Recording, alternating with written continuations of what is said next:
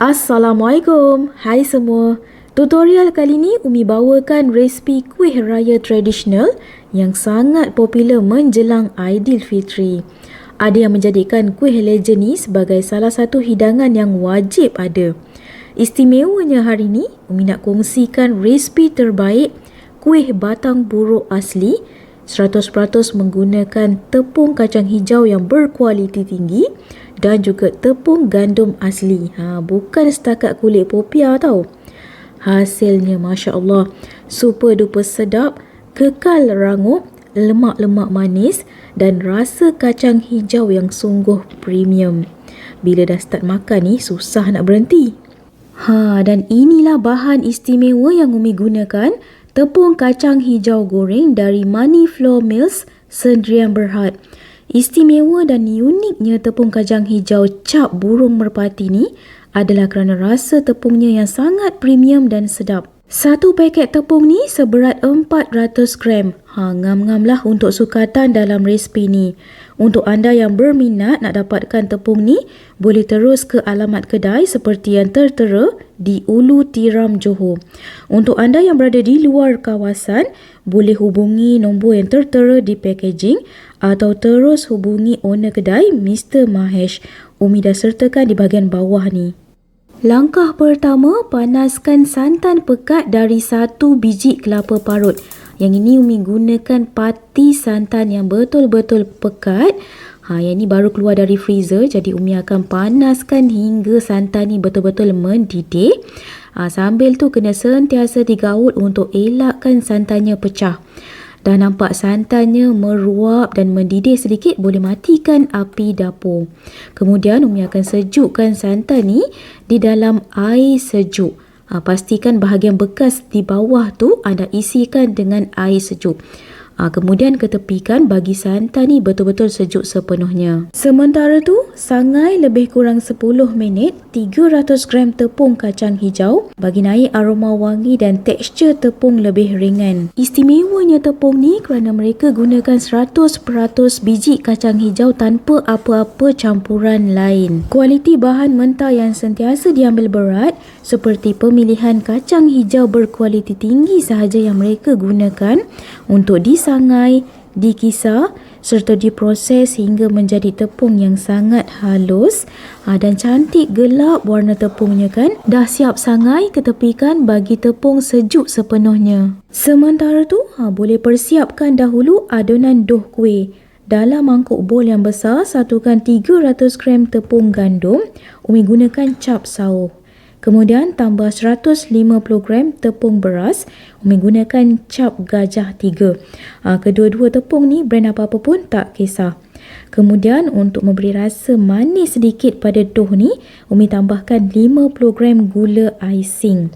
Untuk sukatan gula ni, jangan terlalu banyak sebab pada inti kuih batang buruk pun nanti dah ada rasa manisnya. Kemudian untuk memberi rasa kacang hijau yang padu pada dough ni, Umi tambahkan 100 gram tepung kacang hijau.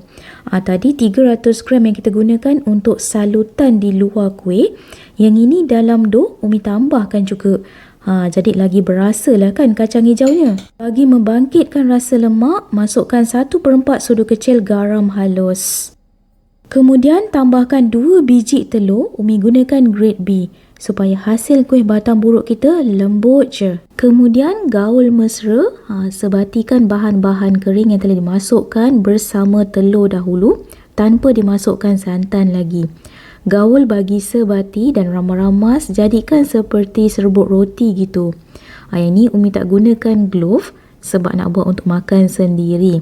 Untuk anda yang berniaga, dinasihatkan gunakan glove untuk menjamin kebersihan. Dah gaul mesra bahan-bahan kering ni, barulah masukkan santan pekat yang telah kita sejukkan sebentar tadi. Masukkan sedikit demi sedikit. Jangan dimasukkan semua sekaligus. Dikhawatiri dough kita akan terlembek. Sambil dimasukkan santan tu, anda uli hinggalah adunan ni menjadi dough yang tidak melekat pada tangan. Untuk proses pengulian ni, boleh juga gunakan mixer untuk lebih mudah dan senang kerja. Tapi disebabkan Umi buat ni dalam kuantiti yang kecil, jadi Umi uli gunakan tangan je. Uli hinggalah dough tu lembut dan tak melekat di tangan. Umi uli ni adalah lebih kurang dalam 10 minit gitu. Hinggalah doughnya tak melekat di tangan dan juga mangkuk bowl. Nampak tak doughnya dan nampak cantik elok tu. Santan tu Umi tak habiskan kesemuanya pun. Sebab kita tak nak dough ni terlalu lembek sangat, susah nak membentuk nanti. Rehatkan dough lebih kurang 30 minit supaya gluten dalam dough terbentuk, mudah nanti nak dicanai, lembut je. Sementara tu, satukan 200 gram gula icing bersama tepung kacang hijau yang telah kita sangai awal-awal tadi. Pastikan gula icing tu anda ayak terlebih dahulu untuk elakkan ianya berketul. Kemudian gaul sebati, bagi gula dan juga kacang hijau tu bercampur rata. Waktu ni kalau anda nak tambahkan dengan sedikit susu tepung pun boleh je, bagi bertambah rasa lemak dan rasa yang lebih sedap pada kuih batang buruk. Dah siap adunan untuk salutan, boleh ketepikan. Sebelum mula membentuk dough, anda siapkan satu bekas atau piring lepeh. Taburkan dengan sedikit tepung gandum supaya dough tadi tak melekat di piring ataupun di loyang sebelum nak digoreng.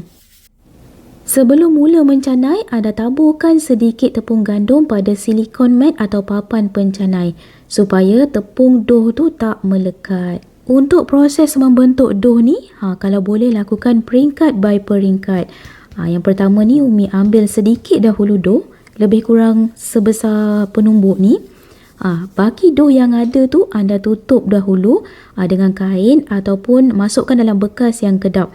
Sebab kita tak nak adunan dough ni terkena angin, nanti ia akan mudah kering. Tekstur dough tu bila dah kering nanti susah nak dicanai. Proses untuk membentuk kuih batang buruk ni memang ambil masa yang agak lama dan agak renyah sedikit. Tapi kalau anda gunakan teknik yang betul, insya-Allah cepat je boleh siap. Anda canai tu kalau boleh senipis yang mungkin. Lagi nipis hasil dough tu, nanti hasil kuih batang buruk anda akan nipis dan juga tak keras. Kemudian anda potongkan dough tadi kepada bahagian yang lebih kecil, supaya mudah nanti kita nak gulungkan membentuk silinder. Umi ukur ni guna pembaris talam je. Kalau anda ada pembaris yang panjang kat rumah tu, boleh je gunakan. Untuk membentuk kuih batang buruk ni ada macam-macam cara. Teknik yang Umi gunakan ni, Umi gunakan batang chopstick, kemudian letakkan dengan sedikit tepung gandum supaya dough tadi tak melekat bila kita gulung. Gulung bagi kemas, potong lebihan yang ada tu, kemudian anda angkat dan perkemaskan bahagian yang tidak bercantum tu. Bagi betul-betul tutup rapat. Bahagian yang bercantum tu pastikan anda perkemaskan bagi betul-betul rapat sepenuhnya. Nampak tak? Dah membentuk silinder yang cantik.